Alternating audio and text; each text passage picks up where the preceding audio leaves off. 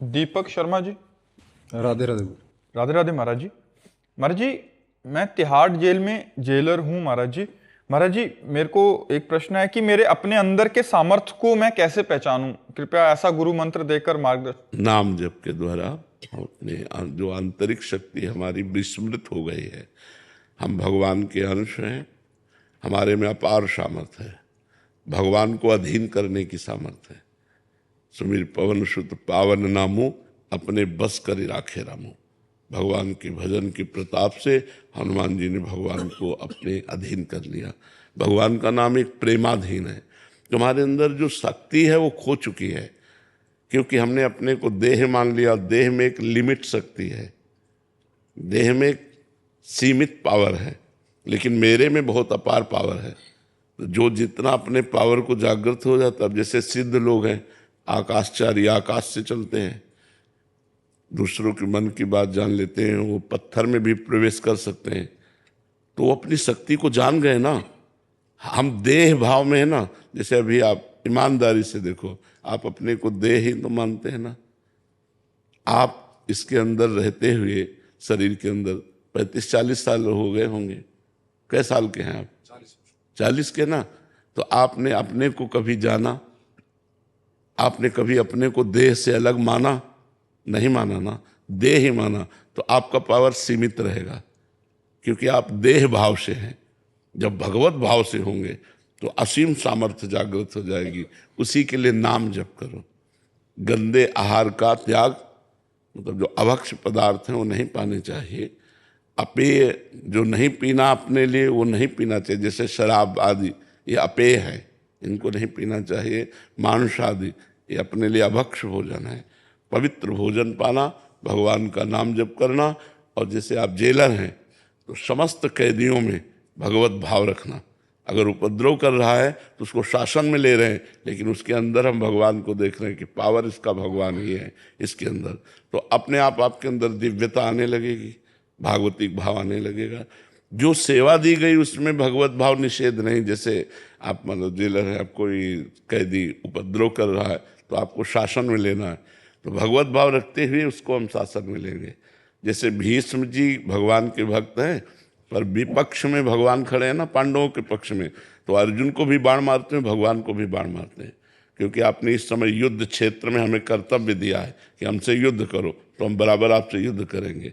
ऐसे ही आपने हमें जेल का अधिकारी बनाया, जेल का कोई पद तो मिला ही होगा, तो हमें अगर जरूरत पड़ेगी तो दंड देंगे, लेकिन सब में भगवान है ये हम भावना करेंगे और नाम जप करेंगे। तो इससे आपकी दिव्यता जागृत हो जाएगी, लोक पर लोक सब आनंद में हो जाएगा। तो नाम जप कीजिए, गंदे भोजन का त्याग, गंदी पेय पदार्थों का त्याग, और सब में भगवत भावना करते तो आप में दिव्य भाव आ जाएगा। वो दिव्य भाव ही आपको भगवान से जोड़ देगा, भगवान से मिला देगा। हमारा देह भाव काम क्रोध से जोड़ता है, काम क्रोध आदि गंदी बातों से जोड़ता है, और भगवत भाव हमें दिव्य भाव से जोड़ता है, और वो सब आपके अंदर है। कोई भी ऐसी सामग्री नहीं जो आपके अंदर ना हो। भगवान है तो फिर और कौन सी बात रहेगी। जब स्वयं भगवान विराजमान है सबके हृदय में, तो सब सामर्थ्य है। तो हमें जागृत करना है, जो जितना जागृत कर ले। अब देखो ऐसे ऐसे योगी लोग हैं कि 6-6 महीने भू समाधि ले लेते हैं।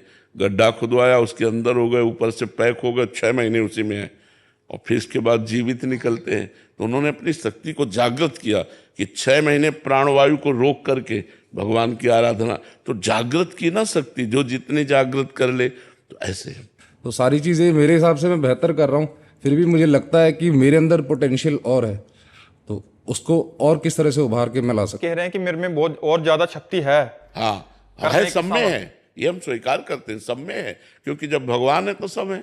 हम तो बात तो वही कह रहे हैं ना, कि जब भगवान बैठे हैं हृदय में तो सब सामर्थ्य बैठी हुई है आप सबको। इसीलिए हम इशारे से आपको बताया कि अगर दंड देने की बात आएगी तो हम भगवत भाव करते हुए उसे दंड देंगे। तो आपके प्रश्न से अलग उत्तर नहीं, अगर आप इसे समझो तो इसे अच्छी तरह समझ सकते हो। अध्यात्म के बिना आत्मशक्ति जागृत नहीं होती।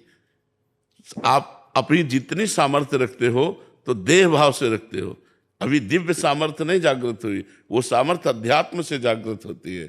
इसलिए अध्यात्मवान बनो। भगवान का नाम जप किए बिना तो बात बनेगी नहीं, और कोई उपाय है नहीं। अध्यात्म के बिना आत्मशक्ति को जागृत करने का उपाय नहीं है।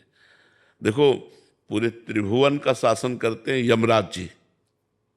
जैसे तिहाड़ जेल है, ऐसे पूरे त्रिभुवन की जेल का नाम नरक है।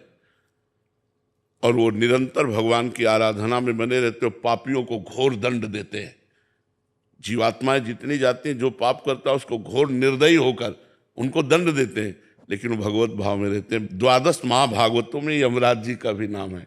महाभागवतों, विश्व में पूरी सृष्टि में 12 महापुरुष ऐसे जो भगवान के सेवा करते हुए दिव्य भाव में रहते हैं। यमराज यमपुरी में नरक के पूरा सिस्टम देखते हुए वो भगवान के भक्त हैं, वो भगवान की दिव्य सामर्थ्य से युक्त हैं। तो आप भी भगवान की दिव्य सामर्थ्य से युक्त होइए। तो खान पान, आचरण व्यवहार और नाम जप, इस पर सुधार करेंगे तो हमारे अंदर दिव्य शक्ति जागृत होने लगेगी, भगवत भक्ति, भगवत शक्ति जागृत होने लगेगी। आपका भाव तो यही है ना, तो उसी पर तो हम बोल रहे हैं, उसी को तो समझना है। अच्छा, सांसारिक कोई जंतुर ऐसा है नहीं जिसे जंत्र बांधते हैं, कलावा बांधते हैं, ये कोई सामर्थ्य नहीं। अंदर की सामर्थ्य को जागृत करो। अंदर जब तुम्हारे सामर्थ्य जागृत होगी तो एक तुम ज्ञानी महापुरुष होकर, एक भक्त होकर के भी जेल की सेवा करते हुए भी सबका मंगल कल्याण। जैसे घोर पापाचारी है, आप उसको फांसी दे रहे हो तो मंगल हो रहा है, उस अमंगलकारी पाप से उसको मुक्त कर रहे हो। एक दुष्ट है, दुष्टता कर रहा है, उसकी दुष्टता को उसे दंड दे रहे हो, आप उसे पवित्र कर रहे हैं।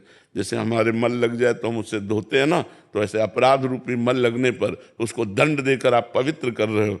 लेकिन आपका सही निर्णय हो, आपका कहीं कोई ऐसा कार्य न बन जाए जिससे आपको एकांत में पश्चाताप हो, इसके लिए विवेक चाहिए, और विवेक के लिए भजन चाहिए। तो भजन जरूरी है। नाम जप कीजिए, अच्छा भोजन पवित्र पाइए, गंदे आचरणों का त्याग कीजिए, तो आप में दिव्यता आने लगेगी, दैवी शक्ति का जागरण होने लगेगा, दैवी संपदा आने लगेगी। आप समझ पा रहे हैं हमारी बात?